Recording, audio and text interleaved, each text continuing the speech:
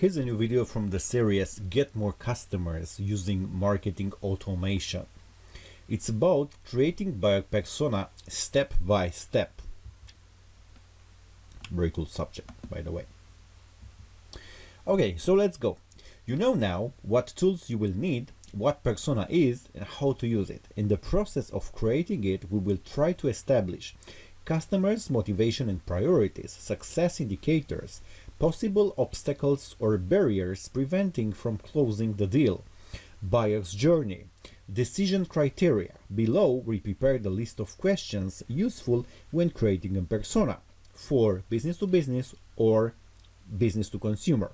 We hope that our list will inspire you. Choose from our ideas, combine them with others, and add your own freely. Essential questions are marked with a star. Decide which questions are crucial for you right now. Prepare a list and learn how you will find your answers. Prepare surveys if necessary. Revise personas once a month or once in 3 months. Find some time to take a look at your personas. Have you learned something new about them in that time? Maybe your experience has proven some of earlier hypotheses wrong, or maybe your customer changed. Remember that personas are dynamic construct. Revise them because otherwise they will lose relevance and become either useless or harmful. Regular revisions let you see previous mistakes and who is not my customer. Asking yourself that question is a good way to start. You will know more precisely where to begin when you eliminate as many other options as possible. Also, it comes at hand when you are stuck and can't get a grip of your persona. Defining them negatively, who your customers certainly are not, unlocks your creative and analytical potential. Sample questions for business to business. What are his priorities, crucial objectives? By the way, pay attention to the questions having an asterisk, right? So, what are his priorities, crucial objectives? On what is he currently working? For what is he responsible? What obstacles he faces on the way? What in his position in the company? Is he decisive? What are his most important purchase criteria? What tools and platforms does he use? On which technologies is he dependent? What would prevent him from making a purchase? How long does it take to make a decision? On what basis is his work evaluated? What success means to him? Which aspects of his work does he like? What are his core competencies, most valuable skills? What size is his organization of? What is his budget approximately? Where does he get his knowledge from? What are his education and experience? Has he used your competitors' solutions? What is his business branch? Is he satisfied with his job? What strategies does he use, which are efficient? How his typical workday looks like? On what tasks does it consist? Here are some sample questions for business to consumer. How old is he? What is his gender? Where does he come from? How many responsibilities does he have? And how much time for leisure? What is his work-life balance? Where he buys, online, offline, brands and stores. When he buys, what are his shopping habits? Conducting research. Participating willingly in loyalty programs. Preferring big but rare shopping or small but frequent sessions. Does he enjoy shopping? How much does he spend?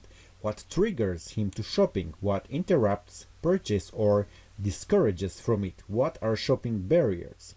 What are his dubs? Where does he look for information, like channels, media, size of content, consumption habits, etc.? Which feature of the product are crucial for him? Important notes. Be specific. Try to answer questions as precisely as possible. Mark details and note the exact words your customer use. Collect quotes. Your persona should be made of real words of customers and analytics. Don't force answers. If you don't know something important about your customers, don't feel compelled to fill in the blanks at all costs. If you have a hypothesis, write it there and mark as hypothesis. You can go back to that question later. You can have more than one persona, but personas must be distinct, otherwise there is no point in creating many of them, or maybe you haven't been precise enough. Primal customer. If you have more than one persona, know which one is your primal, core, most important customer on whom you want to focus. How do I know that? Adding new feature to your persona profile, note where do you know it from in order to distinguish between solid knowledge from hypothesis. Predict. Use personas to indicating trends and predicting future needs of your customers. Don't waste time on developing too complex persona. Do you need to make up his bio to know how he spends money? It's easy to get overwhelmed with massive amount of irrelevant details. Sometimes working on persona can be an excuse for not taking real actions to communicate with actual customers. Physical representation of your persona. You should keep a record of all collected data which create your persona. There is a couple of methods. Physical form. Some marketers like to make physical representation of persona as similar to real person as possible. So they add a photo or a face, make a persona puppet or figurine. Going that far isn't necessary. Document. We recommend keeping persona in form of a written description in text document, preferably one with online editing options. It will help you make corrections or build up new informations. People do so in order to make all employees remember about final addressee of their efforts. However, it might lead to oversimplifying the persona or infantilizing it, what turns it into nothing more than an empty requisite or a mascot without real function. Face of the customer. Others give persona face of actual customer. Such practice also brings on risk of misconception. Persona is not your real customer, it's just a set of conclusions drawn from analysis, research and survey. It's a form of representing data. Persona has to be clear and readable above all. Don't try to overcomplicate it with unnecessary graphic or manual work. It will only make your work longer without providing any near real value. Frequently made mistakes. Wishful thinking. Giving up to unrealistic dreams, misadjusting persona to one's fantasies, unsupported hypotheses, filling holes or blank spot between solid information from analytics, research or survey with pure speculation. When you have fragments of reliable knowledge and stitch them up with suppositions, assuming that you're understanding customers already, you might fail completely. We have later a case study on the topic. Methodological mistakes. They might concern unfortunate, misleading or biased phrasing in survey and other survey like creating missteps like including too many questions and interpretations of answers. Focusing too much on persona creating and not enough on their function. You develop persona to understand your customers better and know how to communicate with them, not for the sake of artwork. Generalities. Phrases like appreciates good quality and is willing to pay for it, or case about health mean nothing because they are too general and too vague.